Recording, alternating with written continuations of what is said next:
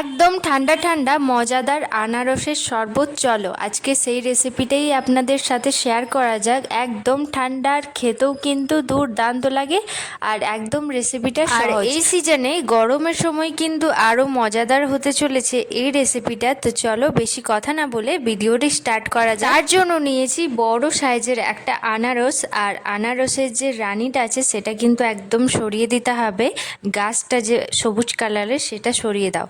তারপর এটা আমি রিং করে একটা কেটে নেব, আর মাঝখানে একটা কেটে নেব। তারপর এইভাবে আমি কেটে নিচ্ছি, এটা কিন্তু আমার বেস্ট সুবিধা লাগে।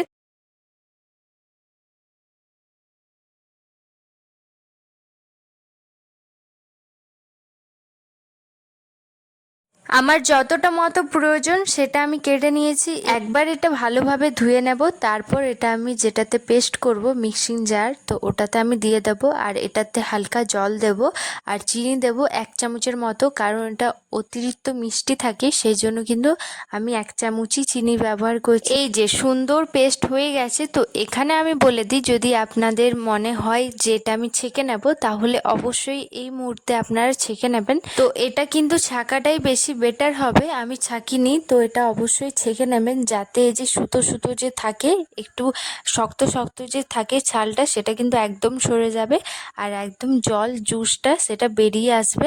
তো অবশ্যই এটা করে নেবেন। 1 চামচের মতো গুঁড়ো দুধ আমি দিয়ে দেব, আর এটা ওপর থেকে এইভাবে আমি ছড়িয়ে ছড়িয়ে দেব। তারপর কটা আইস দেব, আর ব্যাস রেডি হয়ে গেল আনারসের শরবত। যদি ভালো লেগে থাকে এই ভিডিওটা, অবশ্যই লাইক কমেন্ট শেয়ার করবেন। ততক্ষণের জন্য বাই, রাধে রাধে। আর খেতে কিন্তু ভীষণই ভালো হয় এটা। আমি গুঁড়ো দুধটা এইভাবে ছড়িয়ে ছড়িয়ে দিলাম উপর দিকে, কারণ এটা দেখতে আরও সুন্দর লাগে, সেই জন্য আমি এইভাবে দিলাম। আপনারা চাইলে এটা দিয়ে নিয়ে মিশিয়ে নিতে পারো। তো বাই, রাধে রাধে, সবাই ভালো।